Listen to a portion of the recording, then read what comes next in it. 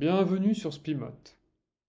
Dans cette vidéo, on a un rectangle ABCD contenant un triangle rectangle EBF, avec le segment EB étant égal à 12 unités et le segment BF à 9 unités, et contenant aussi un demi-cercle de centre O, tangent au segment AD et DC, avec O étant aussi le milieu du segment EF. Et ici la question est quelle est la valeur de la zone rouge?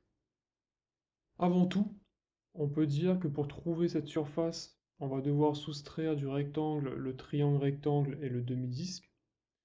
Et pour ça, on va rechercher les surfaces et les côtes manquantes. Très facilement, avec la formule de l'aire d'un triangle, on peut déjà dire que le triangle rectangle est égal à 12 fois 9 divisé par 2, soit 54 unités au carré. Ensuite, pour déterminer la surface du demi-disque, il va nous falloir trouver en premier lieu le segment EF, soit le diamètre du demi-disque, qui est aussi égal à 2 fois son rayon. Et donc pour ça, on va utiliser le théorème de Pythagore. Ça nous donne 2r le tout au carré est égal à 12 au carré plus 9 au carré. On développe les carrés. On additionne 144 à 81. On fait passer 4 de l'autre côté de l'égalité. On fait passer l'équation sous la racine carrée. Et on obtient r est égal à 15 divisé par 2.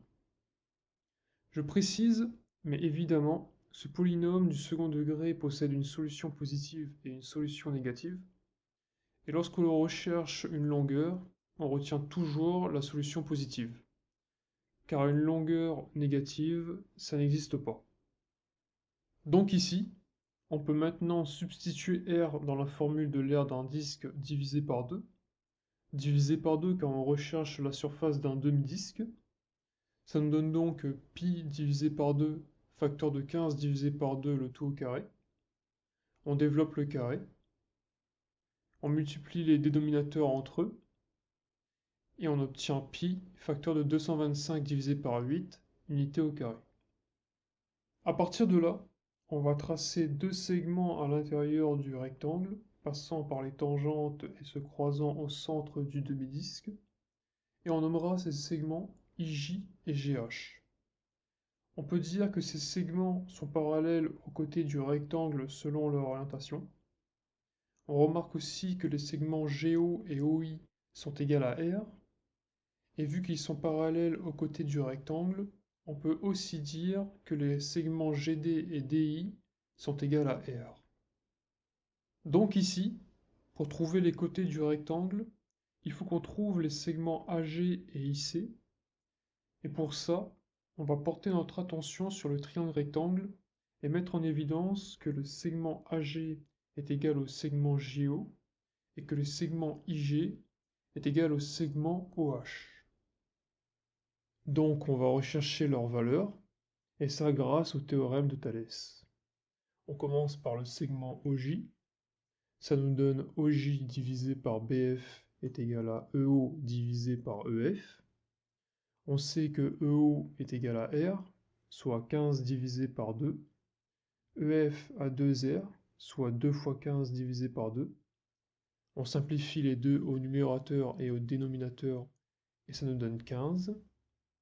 Et BF est égal à 9. On simplifie maintenant 15 divisé par 2, le tout divisé par 15. Ça nous donne 15 divisé par 30, soit 1 divisé par 2. On fait passer 9 de l'autre côté de l'égalité, et on obtient OJ est égal à 9 divisé par 2. On applique à nouveau Thalès pour trouver le segment OH, et ça nous donne OH est égal à 6. Maintenant, on peut calculer les côtés du rectangle. Ça nous donne AD est égal à 15 divisé par 2 plus 9 divisé par 2, soit 12. Et DC est égal à 15 divisé par 2 plus 6, soit 27 divisé par 2. On les multiplie, et on obtient la valeur de la surface du rectangle, 162 unités au carré. Maintenant, il ne reste plus qu'à appliquer la déduction de départ, soit la soustraction du triangle rectangle et du demi-disque au rectangle. Ça nous donne 162 moins 54 moins pi facteur de 225 divisé par 8. On soustrait les constantes et on obtient finalement la surface rouge, 108 moins pi facteur de 225 divisé par 8, soit environ 19,64 unités au carré. Voilà, j'espère que le casse-tête t'a plu, et si c'est le cas, n'hésite pas à mettre un pouce vers le haut, à partager la vidéo et à t'abonner. À bientôt!